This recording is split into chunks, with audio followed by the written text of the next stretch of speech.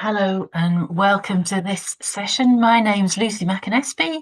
I'm Head of Adult Speech and Language Therapy in NHS Lothian, and it's my pleasure to introduce this session about research into service user perspectives. And it's my great pleasure to be able to introduce this session. Just to go over the housekeeping, which hopefully you've all seen several times already. There's a questions tab, and any questions that you post in the box can be answered after the event. Unfortunately, there isn't time for a Q&A in this session, but the presenters will be able to answer after the session. If you'd like to use the chat, you can make comments or put feedback within the session. And I'm sure you all know by now that everything is being recorded so that people can watch back later. And it's really great for people presenting if you can use the feedback tab after the event. And at the end, there'll be a secret code again to get more points.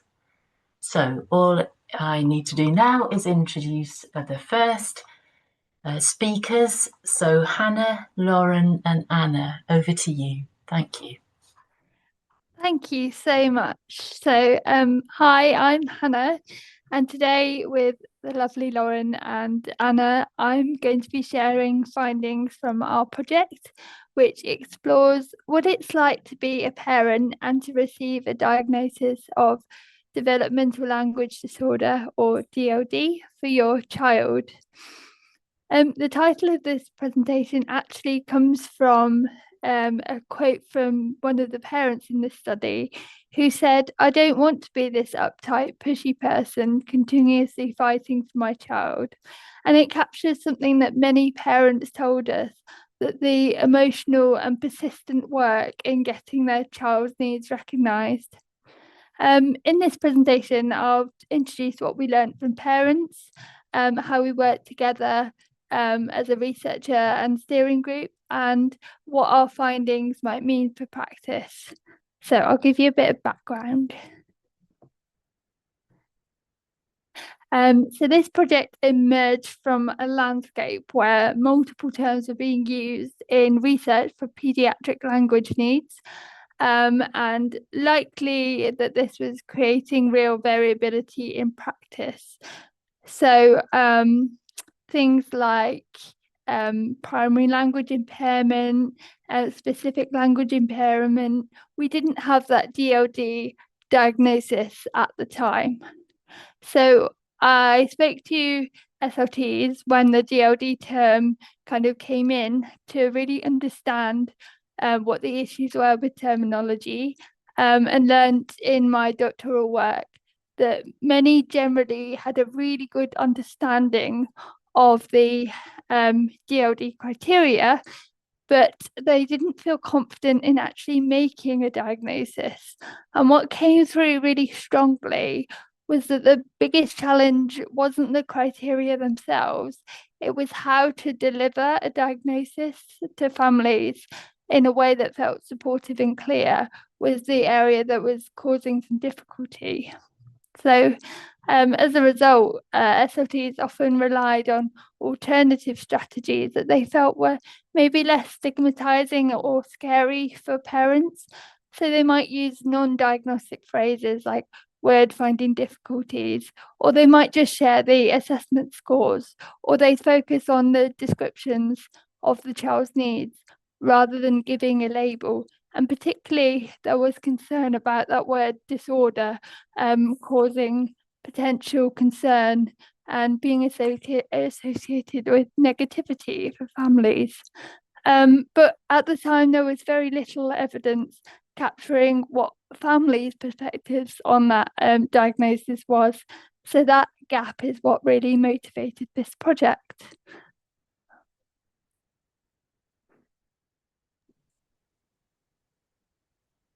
So this outline, the project that Hannah and the steering group did that I'm a part of, we just wanted to aim to understand better what it's like for parents to receive that DLD diagnosis for their child, and also what they would like to see in the future, what they would prioritize for people having a similar experience, ahead of them. So I'm Anna Woodward, and just to introduce myself, I'm on the far left there with my daughter Maisie, who was diagnosed with DLD during COVID over the phone with a speech and language therapist. I responded to Hannah's call for a steering group for her project because she wanted parents with that lived experience. And I decided to join the research team because I'd built up a picture of DLD from my own research and attending some sort of training courses. But I really wanted to inform research that would help other parents and make a difference to their diagnostic sort of process. So that's how I got involved. And hello, I'm Lauren. I'm mum to an 8-year-old with a DLD diagnosis. He was diagnosed when he was 5, but had been under investigation from the age of 3 onwards. I got involved in the project because after my son's diagnosis, I started to look for ways that I could get involved in raising awareness, as I had been a teacher for over 23 years and hadn't really heard of DLD before my son's diagnosis.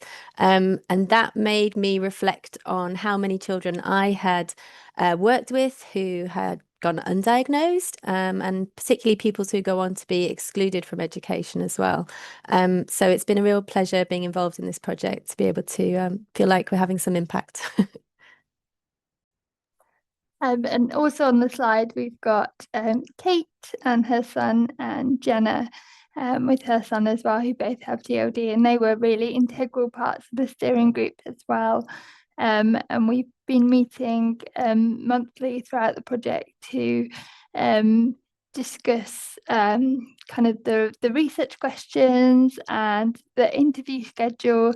And also these guys have done some great work, even doing the analysis for me, which has been absolutely incredible, and they've been a real joy to work with. Anna, was there anything that you wanted to add to that? Sorry.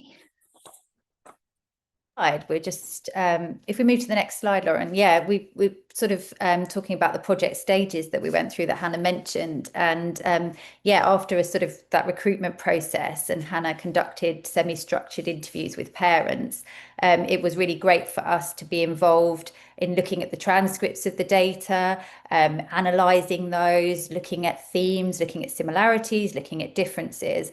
And the first output that we had from the project was that kind of thematic analysis of all the data that Hannah pulled together from the interviews. And once we did that, we decided that we'd do a workshop with our steering group and also all of the parents that took part in the interviews. And so Hannah pulled together an amazing video which had all extracts from those interviews, and they were all edited together as a really powerful film. Once that was presented at the workshop, we looked at to work with the parents to identify sort of priorities that we could take forward into the next steps of the project and the next stage. Sorry, skipped quickly then. So here are the themes that we identified that were commonly running through the interviews.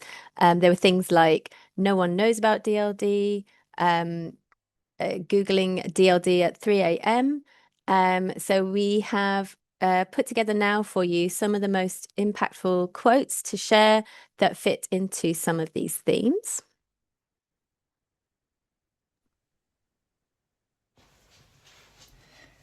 I got a phone call from the speech therapist.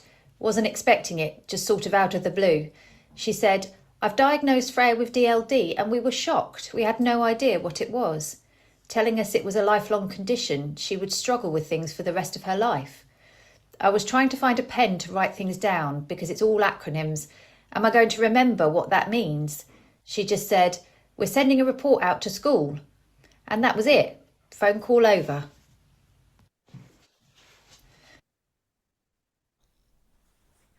I think because it was a shock, All the information that she gave was not properly digested because I wasn't in the right frame of mind. So I did go back to her and said I appreciated the call, but I did feel very overwhelmed. And then about a month later, I managed to speak to the DLD specialist, which was helpful. They give you this stack of information and it was all just paperwork, which I'm fine with. But I do remember going through it and thinking, because her dad is dyslexic, I couldn't put this in front of him. It would just be too overwhelming for him. They give you this. I look in the mirror and it's not me. I don't want to be this uptight, pushy person continuously fighting for my child. I don't want to keep fighting because it's not me. I think that's a big part of that diagnosis. I had to become somebody who deep inside I'm not. Now it's a formal diagnosis, I can give the language to her as well, because one of the biggest issues is her thinking she can't do it, thinking she's stupid or she just can't do stuff and everyone else can. And now I can give her some language and say, no, this is because of DLD. This is a different way of thinking, a different way of learning. All those things come from that diagnosis. So that gives you a taste of some of the parts of the interviews. And this then led us on to the workshop phase, as Anna described. We invited all the participants to the online workshop. And we started by sharing a film of the extracts of interviews grouped into our themes. And then we asked participants to reflect on how much the film echoed their own experience and how they identified with the words of other participants.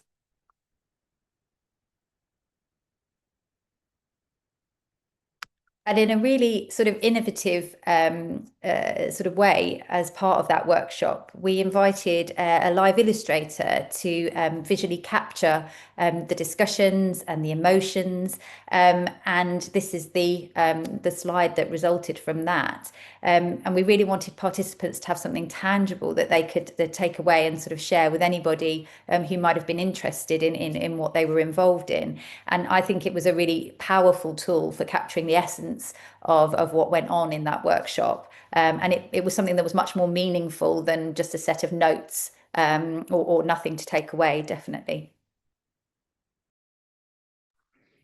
I was so pleased with that illustration. I had no idea what it was going to look like at the start, and by the end I just couldn't believe that she'd managed to capture it so well. So we were absolutely thrilled with that. The other part of the workshop focused on looking ahead and identifying what areas parents wanted us to take to the next stage of the project. So these priorities, you can see we've listed them 1 to 8, were things that had come directly from the interview analysis. So everything we presented back to the group was grounded in their own words and experiences that they'd shared with us. And we actually asked them to rank which they felt would have been the most important to them or would have made the biggest difference had they had that at the time of the diagnosis of DLD.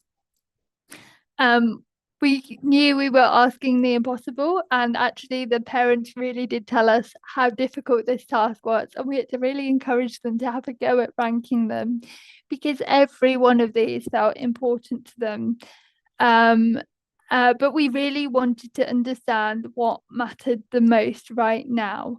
So before I show you and we do the big reveal of what came out on top, I'd like to encourage you just to take a moment to think based on what you know, and also what you've heard so far. What would you expect the parents to have prioritised? And I will say that actually, when we've asked people before, it's often parents themselves that do really well at identifying what the top result is. So should we do the big reveal, Lauren?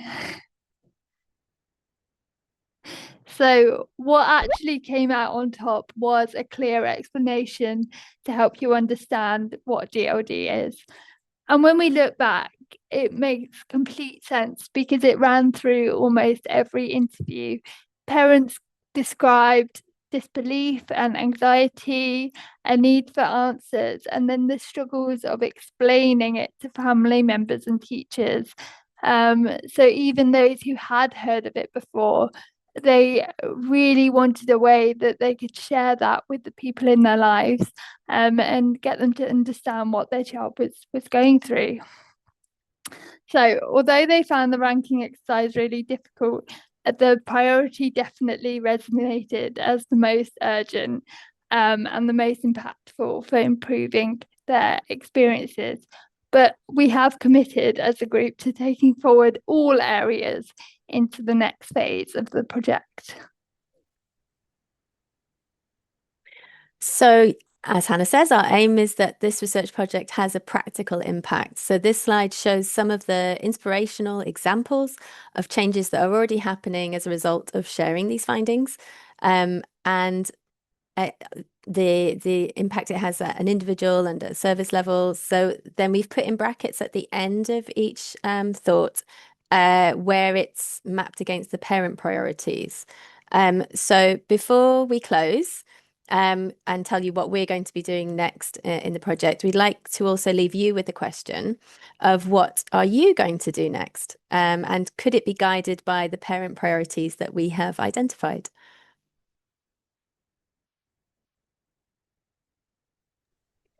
So yes, that leads on to what's next with the project. Obviously, sharing the details of the project, sharing our findings, that's part of what we've been doing, and we've been really lucky to be able to share those at a couple of conferences, and we also did a podcast as well. But obviously, we want to take those priorities forward into the future, and really work with parents and speech and language therapists to design something that can support not only speech and language therapists but parents in the future as well, in that sort of when they are receiving their diagnosis, and to share that widely. So and obviously keep on reviewing that to make sure that it stays as fresh and as relevant as it can do. Thank you so much, Anna. So just to close, I'll just bring us back to what parents told us so clearly. Basically, that the way we communicate, diagnose and support matters very deeply. So as we move to the next stages of this work, we'd love to work with practitioners who want to put these insights into action. So I just want to thank you so much for listening and choosing to attend our talk. And please do speak to us if you'd like to be involved in any of this work. Thank you.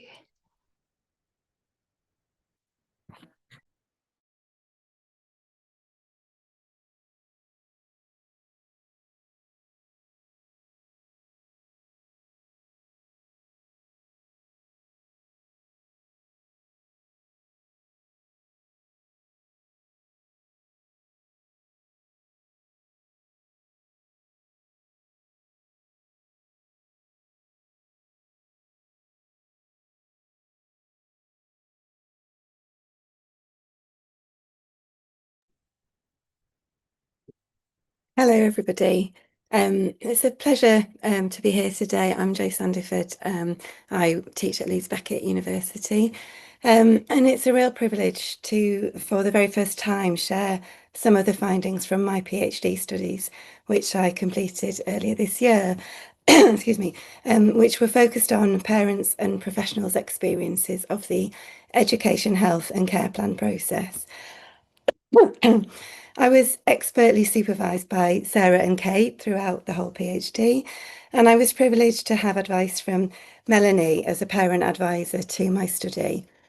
Melanie's name is a pseudonym, and all participant names were changed throughout the thesis and this presentation.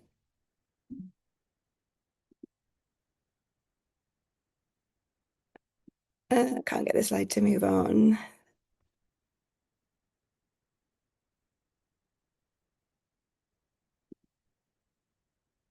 Oh, thanks, Tony. That's great. Fell at the first hurdle. So to start with some background, the current EHC process was established in 2014 following a change to the legislation aiming to bring education, health and social care agencies together to produce a plan of joined up provision and support for children with special educational needs and disabilities. And motivation for my study came from my clinical practice as an SLT in a child development centre, working with preschool children with high support needs and their families, and recognising that the EHCP process was often adversarial for families and ineffective for professionals too. So I wanted to understand parent and professional views of the process. So my aims were understanding parents and professionals' perspectives, and I wanted to look at the partnerships between both groups with the ultimate aim of improving the system for children with SEND. So I carried out 2 consecutive qualitative studies, and these were co-designed with Melanie as a parent of a teenager with high support needs and a lot of experience of the EHCP system and SEND processes. And the impact of the co-production element was that we offered parents as participants the option to join via and participate via individual interviews or focus groups, because Melanie said, let's give people a choice and see which setting feels more comfortable to them. And I think that Melanie's involvement supported participation of parents and enabled them to trust me and to have confidence in the research. I used a research position that supports a layered approach to understanding people's lived, told, and interpreted experiences. So that gave me that kind of 3 different layers to explore. So in study 1, with the aim of understanding parents' perspectives, I interviewed 3 parents via 8 individual interviews and 1 focus group. I used a semi-structured interview approach, asking parents to share their experiences of the EHCP process. And this resulted in over 100,000 words that I transcribed. And then I used a reflexive thematic analysis approach to code and draw out themes from the data. So I developed 4 key themes from study 1. The first one was about constructions of the EHCP process and the plan. The second was investing in relationships and how that should be the bedrock of the EHCP system. The third was extreme parenting, and the fourth was lost in translation. And I'll share a selection of some of the most interesting and most powerful findings. So theme 1 involved different ways that parents construed the process and the plan. And many parents, like Rosie, described how professionals told her that the process was going to be challenging even before she embarked upon it. So she viewed it as negative and difficult right from the start. Jane and Andrea shared how demanding it was and how most people found it challenging and just a really difficult experience. Some of the other descriptors were really revealing too. Kathy suggested that she viewed the plan as a safety net, that without it, her child could be ignored or sidelined, brushed under the carpet, which are quite powerful ways to speak of a child. And a few parents, like Selena, spoke of how they liked the EHCP as a workable document, as a guide for provision, saying, we actually do use it. The second theme was centred around the perspective that parent-professional relationships were really vital and a fundamental bedrock of the system. So Melanie explained how professional empathy is paramount, and if professionals would just try to understand what it's like walking in our shoes, they would realise what a difference it can make if they get it right. Rosie shared how the process sometimes felt very conveyor belt and relationships were not paramount. And Diane talked of relationships that break down because professionals don't invest in the partnership, they don't answer phone calls or don't respond to emails. The third theme I described as extreme parenting, as participants spoke about the extra demands on them and their family as parents of children with additional needs. And I described these as loads, really, representing the additional burdens on top of typical parenting. So examples of this are the knowledge load. So parents like Andrea talked about how she had to gain knowledge of her child's condition, knowledge of the SEND system, knowledge of the EHCP process, and how she needed to use this to inform conversations with professionals. Parents also discussed the emotional load, the additional stress, the burden and worry of seeking support for a child with SEND, and for Rosie, the impact of this on her own mental health. A further load was the financial load. Parents like Diane talked about needing to give up her job to support her children. And finally, the relationship load. Kim talked about a breakdown in relationships with partners, but also with friends who gradually just disappear. As part of the extreme parenting theme, several parents also talked about the mama bear role. This included fierce protection of their vulnerable children, involving a sense of duty and love, and also elements of guilt and blame about having a child with high support needs. Jane shared, nobody wants to be the parent from hell, but sometimes there's no choice. If you don't advocate for your child, who will? So all of these themes presented an overwhelming sense of discord and illustrate a plethora of challenges that led to a sense of the whole of the process being a battle.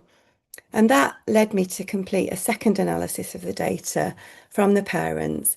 And this was a narrative analysis using the metaphor of battle. So parents talked about fighting for what their child needed. And I was able to explore this fight and reflect some of the components of the battle. So sometimes the terrain seemed to be deceptive. Janice said there were documents that painted a lovely rosy picture explaining what was available, but that was far from her reality. Preparations for meetings were likened to getting on one's armour. So Rosie said she felt like she had to read up on the system and learn about the law and prepare in detail for meetings, and how she felt gilded by these preparations as protection against the adversarial nature that she sometimes faced. And sometimes parents talked about how they would fight dirty. So Selena said how she tried to circumlocute the system, going to the head of children's services directly to get what her child needed, but how that ended up in breaking down relationships even more with the professionals that she needed to work with on a day-to-day basis. So that was the data from my parents, and the second study was aimed at understanding professional perspectives. So this study involved 10 professionals from health, education and social care backgrounds, including 3 speech and language therapists, who met with me in 3 focus groups. And I presented a summary of the parents' views to the professionals, and I sought their perspectives on the process as well, using semi-structured discussion approach. I analysed the professionals' focus group data using the theory of practice architectures, which is a tool to help us understand how practices evolve and change. And the metaphor of a river helps us to understand the theory of practice architectures and to think about the relationship between practices represented by the river, so what people do, and the practice architectures represented by the riverbed and the riverbanks. And these are the elements that both enable and constrain practice. And realisation that over time, the flow of the river causes erosion, which slowly alters the practice architectures, the riverbanks and the riverbed, and therefore affects the course of the river. So an example of this would be that although the EHC process was set up with the practice of multidisciplinary collaboration in mind, in the current context of austerity and the neoliberal agenda of increasing standards through academisation, practices are impacted by the architectures, and they are things like space, so lack of physical spaces for parents and professionals to actually meet together. They're impacted by time, limited time to attend meetings due to professionals having large caseloads, and lack of shared databases to make communication easier, so that people could communicate more frequently and more flexibly. So these are some of the architectures that constrain the practice of multidisciplinary working. So using that theory, I drew out 3 key themes from the professional discussions. So these were transdisciplinarity, parent-professional relationships, and person-centeredness. And these are all practices that were supported by the 2014 reforms, but have been really difficult to support and sustain. Hence, I refer to them as being unobtainable, intangible, a bit like unicorns that we're constantly chasing. So the first, chasing transdisciplinarity, where there should be skill sharing across disciplines and mutual respect between professionals. So Andy, a paediatrician, said that individual professional idiosyncrasies make it really difficult to collaborate and navigate the system as professionals from different backgrounds. And Lucy, a physio, talked about the hierarchies between the agencies. She said the E in EHCP is in capitals and education is prioritised and other agencies have less influence. The second theme, parent-professional relationships. So Leslie, an SLT, spoke about the tensions in these relationships where, often due to fear, parents came across as angry, and that made relationships just really, really tricky, really difficult. And Roger, a social worker, shared his own vulnerability based on being overloaded and how sometimes he was grateful for less demanding parents, thus reflecting an imbalance and an inequality within the system. The third theme was the core value of person-centeredness, so listening to families, sharing where they are at. And Louisa, an educational psychologist, reported that due to workload pressures, often EPs are assessing children that they don't know, so they don't have time to build relationships and keep children at the centre.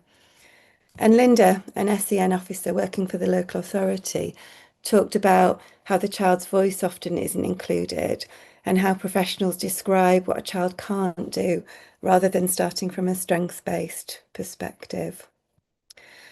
So drawing together the findings across the two studies and the three different analyses, my conclusions really are that in the context of austerity and the neoliberal agenda, there are reduced resources and increasing caseloads and increasing workloads for professionals.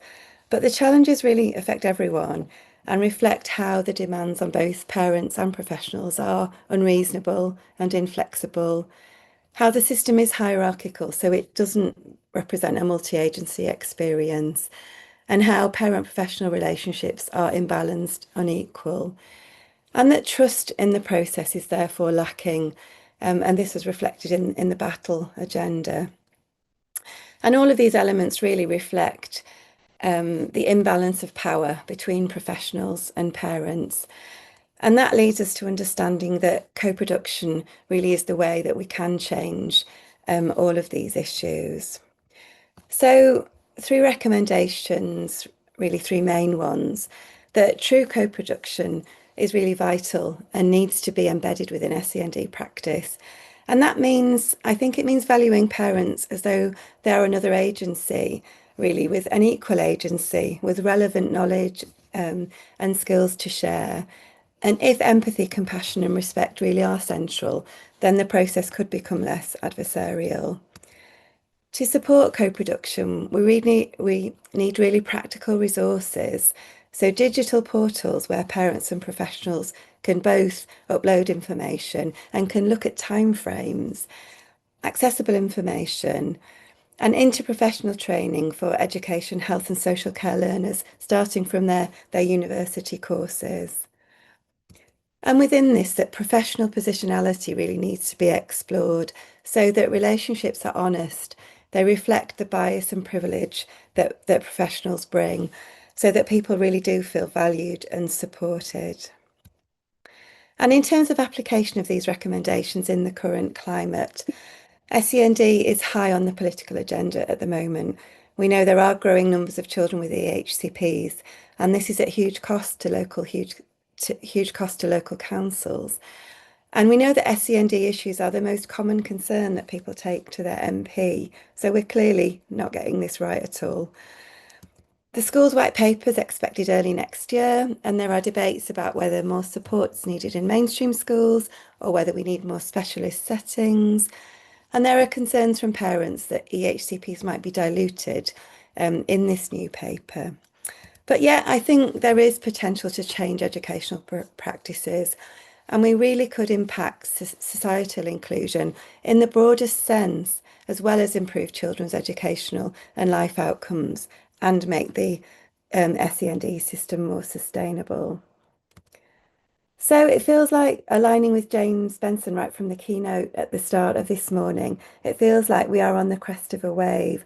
And if we really do listen to parents, if meaningful co-production really happens, and if professionals invest in true person-centered relationships with families, then I think we really can improve the system for our children.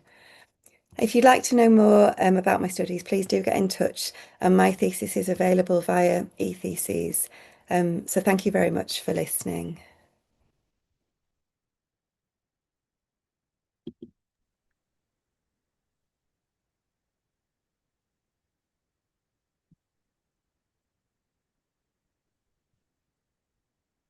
Good afternoon, everyone. I'm Eliza Williamson. I'm the speech language therapist, and I'm currently working at NHS West London Trust.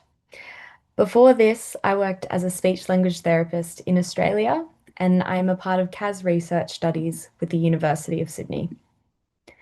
Today, I will be describing a questionnaire study looking into international caregivers' perspectives on diagnosis and treatment for childhood apraxia of speech, referred to as CAS throughout our presentation today. Through this, we will be reviewing characteristics of CAS, ways to improve accurate and timely diagnosis, as well as what caregivers value when working with speech language therapists. CAS is a severe and persistent motor speech sound disorder that does not naturally resolve, requiring long-term and evidence-based interventions to support children with CAS. The Royal College statement defines that CAS is a childhood neuroprocessing speech sound disorder in which the precision and consistency of movements underlying speech are impaired in the absence of neuromuscular deficits. That is to say, there are no concerns regarding muscle tone or reflexivity. CAS in the UK was previously known as developmental verbal dyspraxia in the UK and is now referred to as CAS from 2024. Comorbidities associated with CAS include additional communication needs, Down syndrome, and autism. And research shows that CAS affects 1 out of 1,000 children aged 3 to 11 years old. And while that may seem relatively rare, it actually occurs at a relatively similar rate to Down syndrome, which is the most common chromosomal disorder. The planning and programming difficulties associated with CAS affects the timing, coordination, duration, and transition of articulators. Due to these impacts, the hallmark features of CAS include inconsistent speech sound errors, prosody errors, and segregated speech. Diagnosis of CAS can be a complex process, and it has led to overdiagnosis and underdiagnosis. I also wanted to take this opportunity, in case anyone is unfamiliar with these, are additional diagnostic tools used for perceptual judgment to identify features of CAS. The first one being the DEMS, which is the Dynamic Evaluation of Motor Speech Skills. This is the current gold standard dynamic assessment for differential diagnosis of CAS, and it examines the motor speech characteristics of children above 3 years with limited or more severely impaired speech sound production. We also have the Mayo 10+1 feature list. This is a feature checklist where it guides the SLT to identify 10 features of CAS, as well as 1 feature to differentially diagnose CAS from other motor speech sound disorders like dysarthria. We have the ASHA consensus features, and this is a feature checklist as well, and it includes identification of inconsistent errors, disrupted, lengthened transitions between sounds, and inappropriate prosody. And finally, we have the ProCAD, which is the Profile of CAS and Dysarthria, a tool that's used to and includes a combined set of features to then differentially diagnose between CAS and dysarthria. So taken together, characteristics of CAS can result in highly unintelligible speech, and errors can persist throughout childhood, adolescence, and even extending into adulthood. Early accurate diagnosis is therefore essential in order for a child to receive appropriate, timely, and impactful intervention. The Royal College guidelines advise that SLTs diagnose CAS. It is only a speech language therapist who is qualified to provide the appropriate comprehensive assessment, evaluate speech sound productions, and differentially diagnose CAS from other speech sound disorders. Overall, SALT services are affected by a shortage of SLTs and extended waitlists in the UK as well as globally. Therefore, the capacity for supporting children with CAS in the way research recommends and yields best outcomes is impacted. In the UK, we have services including local NHS trusts, as well as private practices to support children with CAS.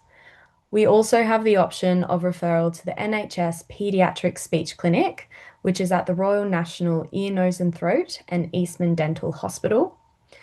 I have added a link on this slide, and you can contact us for further information so that you can look at the referral criteria, as they do have specific criteria we need to meet to make this referral in collaboration with the child's GP.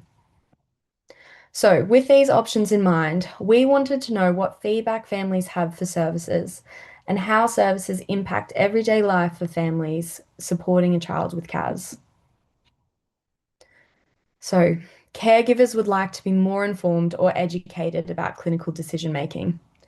As expressed in the 2024 UK CAS position paper, we need to listen to caregiver preferences and include them throughout the process.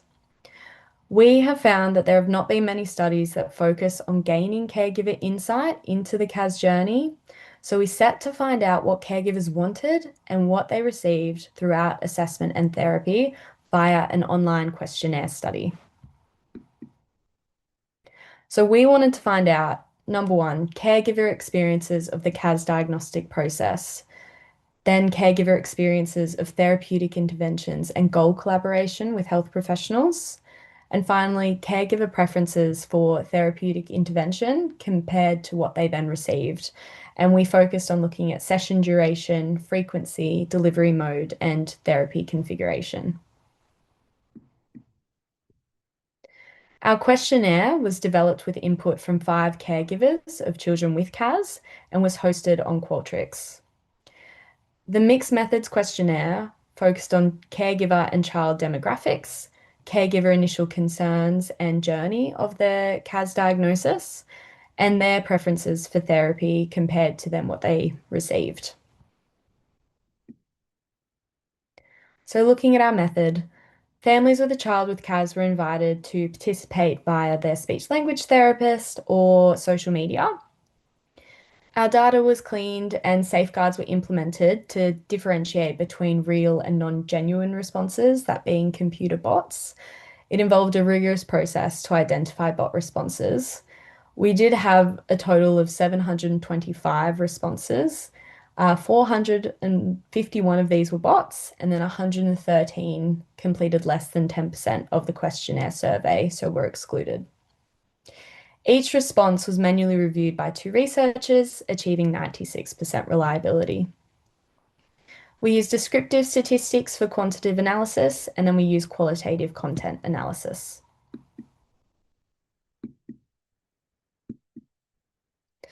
So overall, we received responses from 161 caregivers internationally. We received responses mostly from the US, Australia, and Canada, and we received 1% of responses from the UK. Caregivers' children were mostly aged between 4 to 5 years old and were at least 2 years old. Over 70% of caregivers had concerns by the time their child was 18 months old. Most of these concerns were late babbling, their child not using many sounds, and late emergence of single words.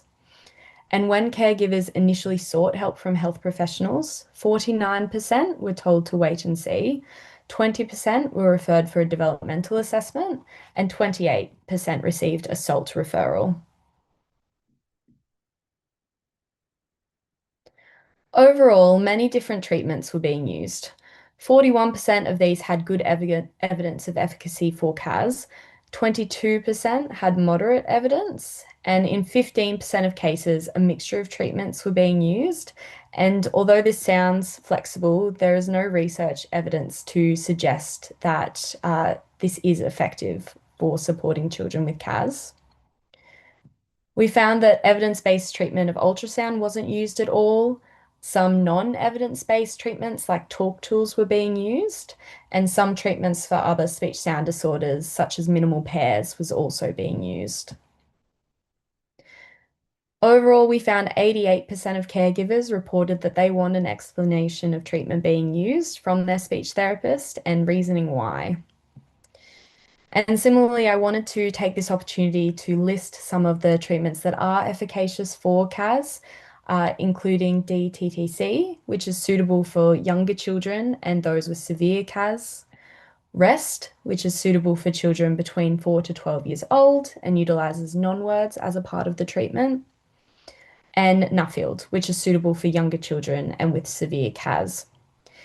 And if you would like to find out more about the various therapy approaches for CAS, I would recommend reading the 2024 paper by Maas, examining the treatments for CAS past, present, and future, which I will also link in our slides. So we found a difference between received and desired treatment. So most caregivers reported that they want individual face-to-face therapy of a 30 to 45-minute session at a high frequency, so being 3 or more times per week. Overall, caregivers shared that they received less individual therapy than desired, more group therapy, and more mixed therapy than preferred. Now, we found 5 central themes from caregivers' feedback across assessment and therapy. The first being the pursuit of comprehensive and reliable information. Caregivers reported that they want accurate information provided to them about CAS. Some caregivers noted that they expected health professionals like pediatricians and allied health professionals to recognize features of CAS, to then refer onwards to an SLT with CAS experience. Caregivers also shared a desire to know all about CAS, particularly prognosis. One parent shared their reaction to learning about CAS from a Google search, as they felt they weren't given enough information from their speech therapist, noting it felt like the floor of her world fell out, and they wished they had been told more about what the future would look like and be given next steps. The second theme represents the trial and error process caregivers found when looking for an SLT. Caregivers found that the initial speech therapist working with their child did not have enough CAS experience to confidently diagnose and then provide appropriate therapy. However, parents found that once they did find an SLT with CAS experience and it was a speech therapist they trusted, caregivers valued the manner that the SLT worked with their child, so being patient, kind, gentle. Caregivers also valued the high aspirations for their child, showing their level of investment in their child's future, as well as advocating for them in other environments like at school. Caregivers also valued the SLT involving them into sessions as well, through explaining what they do, why they do it, giving home practice, and valuing caregiver input. So the third theme, roadblocks to service, details barriers accessing SALT services, namely affordability, physical proximity to speech therapists in their area, SLTs who delivered services in their language, as well as finally the availability of speech therapists to see, with most caregivers commenting what would improve services is shorter waitlist times. The next theme, family support beyond the session, describes caregivers' desire for guidance and a family-centered approach to care from the beginning of the CAS journey, explaining that CAS impacts the entire family. They expressed a desire for emotional support, family support groups, and wished for clear communication with health professionals. The final theme, CAS-specific care, highlights the caregiver's desire for their children to receive SALT input that is effective for CAS. They believe more needs to be done for children to access CAS-specific care, reporting that many paediatric SLTs didn't have sufficient experience or knowledge to diagnose CAS, delaying their services from then on. Because of this, caregivers feel that SLTs need more knowledge about CAS and CAS education at the university level, as well as receiving ongoing professional development. And here we have additional quotes that reflects those themes across assessment and therapy. And as we mentioned, a lot of parents shared the sentiment of shorter wait lists to get a diagnosis. One parent commented about being direct about the diagnosis instead of suspecting it. One caregiver noted finding an SLP who knew what CAS was and knew how to treat it. Another parent commented that they'd like to know what the impact this is and will have on their child's life, particularly their ability to communicate their ideas with friends. One parent valued that being a part of the team and collaborating on goals and plans for therapy was improved services. Regarding the manner of the SLT, one caregiver noted that their speech therapist made their child laugh so hard and he adored the time with her. Another took their child under their wing and dove best into apraxia practices. Another shared how the SLT could adjust and modify the session to match the child's mood and capability. One commented how she loved how the SLT explained what they were doing. And another family commented on how what would improve services is a robust support network for parents and caregivers, like access to counselling, support groups, and educational resources. So our recommendations and how we can put this into practice. Our main finding is that caregivers want to be more involved in the process. They have a strong desire to be heard and have their feedback and insight valued by health professionals. Caregivers want to know all about CAS and what their child's future will look like. Secondly, it is our responsibility to know CAS diagnostic criteria and know that it sits with us to diagnose children with CAS using the assessment tools we have. We've got this. It's our responsibility to then give accurate information about CAS to families, providing that social connection and signposting for further supports. We also need to be using evidence-based treatments that specifically focus on CAS features, being inconsistency of speech sounds, prosody errors, and segregated speech. This could mean then that we are continuing to upskill, seek mentoring and professional development, or referring on where appropriate. And finally, I published a paper last year showing that therapy once a week was not effective for supporting children with CAS. Children with CAS require frequent and intensive therapy to make meaningful progress. I understand that this is a challenge and our service capacity is impacted, but it is our responsibility to then advocate for the required services to support children with CAS. Not only in doing so are we following best practice, but we then also give the child and the family the best opportunity to communicate confidently and effectively. Thank you all for listening and coming to our presentation today. And I just wanted to note, if you would like to contact me, please feel welcome, or a member of our team as well. Thank you so much.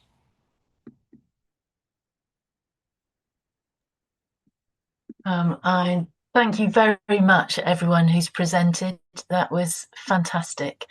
I was really struck by how much all of what you said is relevant to every area of our work, and how important it is to pay attention to service users' perspectives and to involve them in research. So keep doing what you're doing, and I hope you've inspired more people to do the same. Thank you. Oh, and just to remind people that if you have any particular questions, people will be able to look into the questions section and respond afterwards. Thanks very much.